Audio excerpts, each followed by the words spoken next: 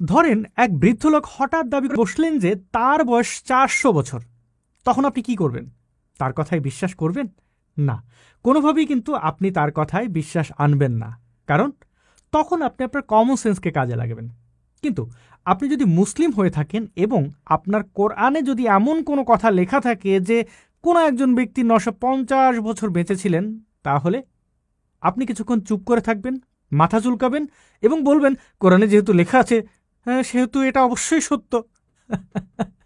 তাহলে এর মানে হচ্ছে ধর্মবিশ্বাস কমন সেন্সকে নষ্ট করে ফেলে। আবার এমনও মুসলিম পাওয়া যাবে যাদের মধ্যে কেউ কেউ বিশ্বাসই করবেন না যে কোরআনে এমন কোনো কথা আছে বা থাকতে পারে। নূহ নবীর এই প্রতীকী ছবিটি দেখুন। নূহ নবী টাইপের এমন কেউ বাস্তবে ছিল তেমন কোনো ঐতিহাসিক প্রমাণ কিন্তু নেই, তবে হতে পারে কোনো এক পাগল ছাগল নিজেকে নবী বলে ঘোষণা করেছিল, আমাদের সেই কুখ্যাত মরুর ডাকাতের মতো।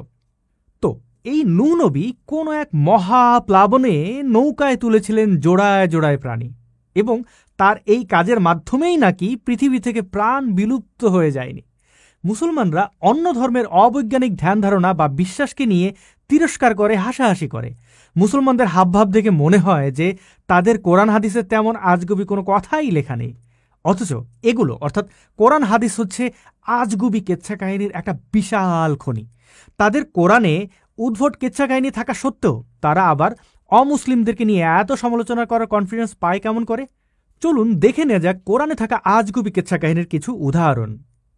সূরা আল আনকাবুতের 14 নম্বর আয়াতে আমার আল্লাহ বলেন, আমি অবশ্যই নূহকে তার সম্প্রদায়ের নিকট প্রেরণ করেছিলাম, সে ওদের মধ্যে অবস্থান করেছিল 950 বছর।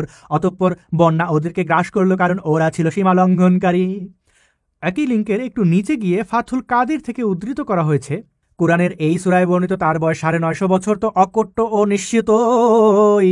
কোন কোন বর্ণনায় আছে যে এটা তার প্রচার ও দাওয়াতের বয়স, এবং এর আগেও প্লাবনের পরে তার আরো বয়স আছে। তাহলে কোরআন অনুসারে আমরা পেলাম নূহ নবীর বয়স ছিল অন্ততপক্ষে 950 বছর। কি বুঝলেন? বাস্তবতা এটাই যে মানুষের গড় আয়ু চিকিৎসা বিজ্ঞানের উন্নতির ফলে এখন অনেক বেড়ে গেছে। গড় আয়ু বা বাঁচার সময়কাল এখন 60 থেকে 70 বছরেরও অধিক হয়ে দাঁড়িয়েছে। পুরাপ্রস্তর যুগে মানুষের প্রত্যাশিত আয়ুষ্কাল ছিল মাত্র 22 থেকে 30 বছর। এই তো সেদিন, অর্থাৎ 18 শতকেও মানুষের প্রত্যাশিত আয়ুষ্কালের গড় ছিল 30 বছরের কাছাকাছি সময়। বিভিন্ন রোগ মহামারীতে বিপুল সংখ্যক মানুষের প্রাণহানি ছিল স্বাভাবিক ঘটনা। চলুন আমরা এই গ্রাফটি দেখে নিই। অথচ হাজার হাজার বছর আগে, যখন পৃথিবীটা ছিল সাপদসংকুল, পদে পদে বিপদ, ছিল না এমন উন্নত চিকিৎসা বিজ্ঞান, নিরক্ষরতা ছিল প্রায় শতভাগ, সেই সময়কার কেউ একজন নাকি 950 বছর বেঁচে গিয়েছিলেন। হ্যাঁ, এগুলোই হচ্ছে ইসলামিক কাণ্ডজ্ঞান। বুঝলেন তো? চলুন আমরা এবার মানুষের আয়ুষ্কাল সম্পর্কে বিজ্ঞানের ব্যাখ্যা দেখে নিই।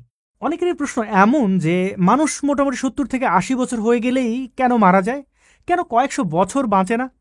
মানুষের সীমিত আয়ুর পেছনে একটি মূল বৈজ্ঞানিক কারণ হলো কোষ বিভাজন প্রক্রিয়া এবং সময়ের সাথে সাথে আমাদের ডিএনএর ক্রমশ অবনতি।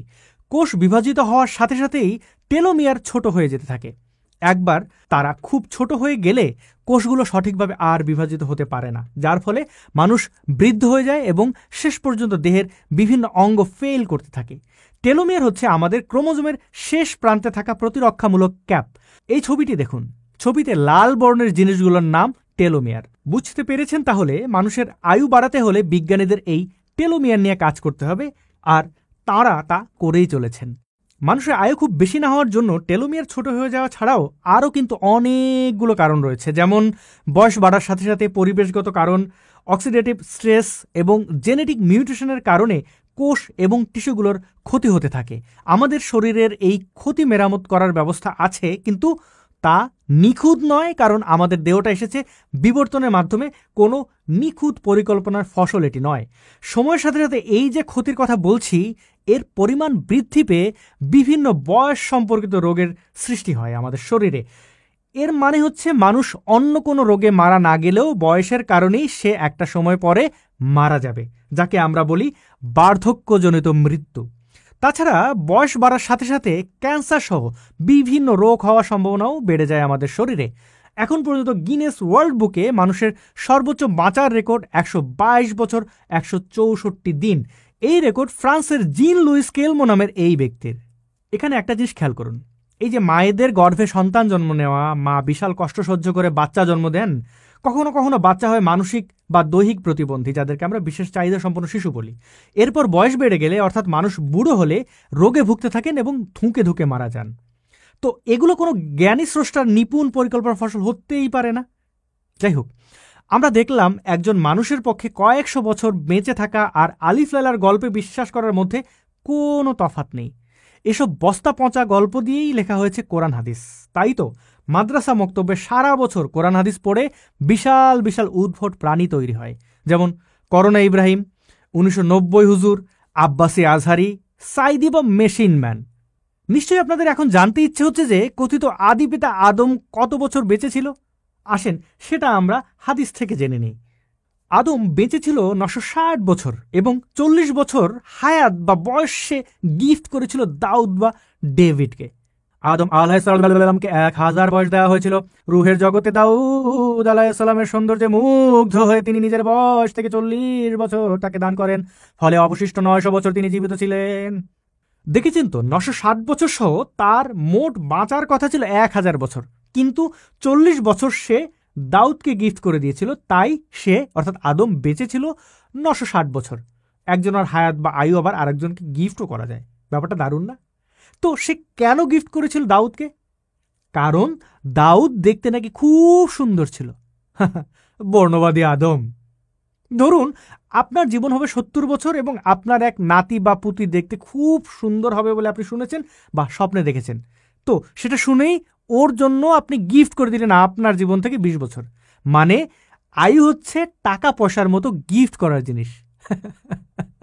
আচ্ছা, যে আল্লাহ এই গিফট গ্রহণ করে নিল, সে কেন এটি গ্রহণ করলো? তার কাছেই দাউদের হায়াত বাড়ানোর জন্য প্রার্থনা করলে সে কি সেটা মঞ্জুর করে নিত না?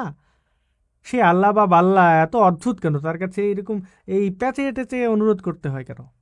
এখন বলুন তো, এত এত তথ্য দেওয়ার পরেও যখন এইসব আয়াতকে অর্থাৎ এই উদ্ভট কথাবার্তাকে যারা সত্য বলে মনে করবে, ঐশী বাণী বলে বিশ্বাস করবে, তাদেরকে কি করা উচিত?